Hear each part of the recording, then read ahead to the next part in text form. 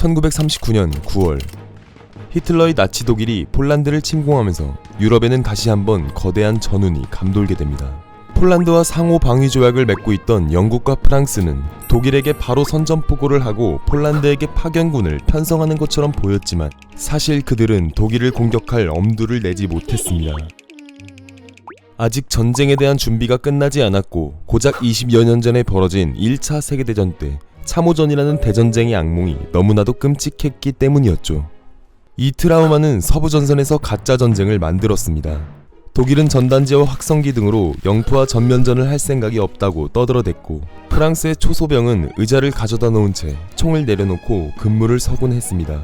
이렇게 서부전선에 기묘한 정적이 이어지는 중 폴란드는 독일에게 계속해서 저항했지만 약 한 달 만에 독일이 완승으로 종료되고 맙니다. 독일군은 1940년 5월 10일이 되자 프랑스를 침공하기 시작하였습니다. 사실 프랑스는 1차 대전 이후 나중에 벌어질 전쟁을 대비해 독일과 인접한 국경선에 거대한 요새를 건설하였는데요. 전쟁부 장관이었던 앙드레 마지노가 건설을 주장한 이 요새는 약 10년 동안 알자스 로렌에 건설되었고 훗날 독일의 공격으로부터 프랑스를 매우 안전하게 지켜줄 것이라고 굳게 믿고 있었습니다. 그들은 프랑스와의 전쟁이 본격적으로 시작되자 곧장 자신들의 계획을 틀어버렸습니다. 독일은 네덜란드와 벨기에, 룩셈부르크를 침공했습니다. 거대한 요새 마지노선을 우회하여 프랑스를 침공할 계획이었던 거죠. 프랑스의 지휘관들은 독일이 마지노선을 우회할 것을 아예 모르고 있지만은 않았습니다. 원래 마지노선의 초기 계획에서는 벨기에 국경을 포함해 프랑스 동부 국경지대 전체를 요새화하는 것을 목표로 하였죠.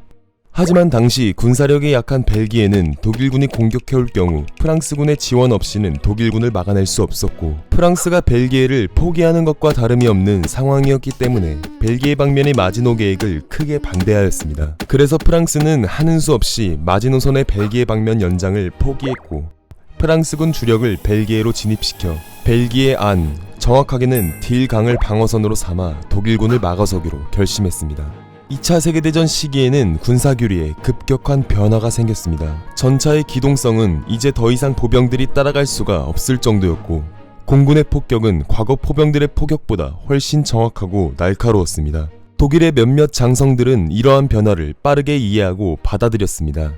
그들은 신속한 전차 부대와 강력한 공군력을 적극 활용했죠. 공군이 적들을 선제 타격하고 강력한 공군의 지원을 받는 전차부대가 신속하게 적의 방어선을 돌파해 적들을 포위, 그리고 보병이 뒤따라서 포위된 적을 섬멸한다는 개념인 기동전을 독일군의 군사교리에 적극 도입했습니다. 당시 이런 기동전의 대가였던 독일군 만슈타인 장군은 상당히 똑똑한 인물이었습니다. 프랑스 침공 당시 A집단군 참모장이었던 만슈타인은 작전 지도를 보던 중 프랑스군 방어선에서 한 가지 오점을 발견하게 됩니다. 바로 벨기에 남부와 룩셈부르크 일대에 있던 아르덴 숲이었죠.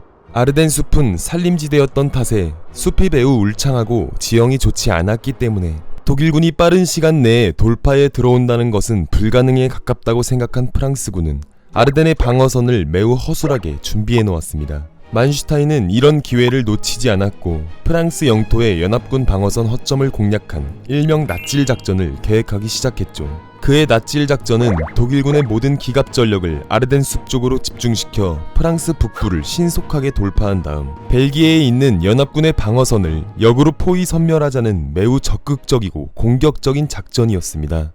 이러한 낫질 작전은 당시에 상당히 획기적인 작전이었는데 참호를 파고 방어하다 엄청난 포격과 화력 지원을 통해 적들을 붕괴시키는 기존의 수비적인 군사 패러다임을 완벽하게 뒤바꾸는 것이기 때문이었습니다. 때문에 몇몇 보수적인 지휘관들은 이런 만슈타인의 작전을 오히려 위험하고 도박성이 짙다면서 불신했지만 결국 독일군 수뇌부들은 앞으로 있을 프랑스 침공에 만슈타인의 낫질 작전을 채택하고 운명의 1940년 5월 10일을 기다렸습니다.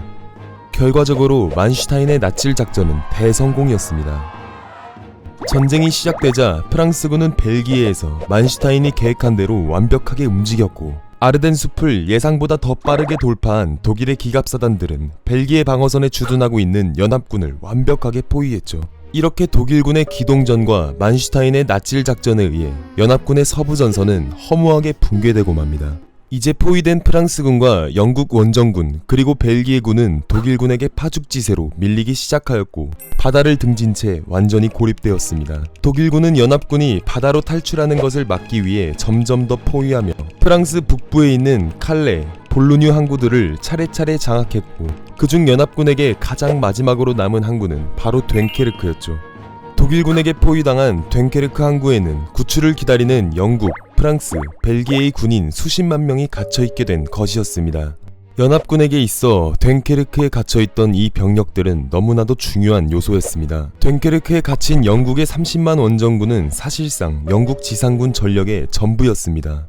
그래서 연합군 지휘부는 구원군을 파견해 포위망 내부와 외부에서의 동시 반격으로 이들을 구원한다는 계획을 실행하려 했으나 사실상 불가능한 계획이었습니다. 그 시점에서의 구원군 파견은 포위망에 갇혀 포로가 될 병력만 늘려주는 꼴이었기 때문이었죠. 포위당한 됴케르크 병력들을 위해 이제 연합군이 할 수 있는 선택은 단 하나였습니다. 역사상 유례가 없는 사상 최대 규모의 탈출 작전이었습니다. 이제 서로에게 남은 건 시간 문제일 뿐이었습니다. 연합군에게는 됴케르크 항구 병력들의 탈출을 준비할 시간, 독일에게는 됴케르크 항구 병력들의 섬멸을 위한 시간만이 남아있게 된 것이죠.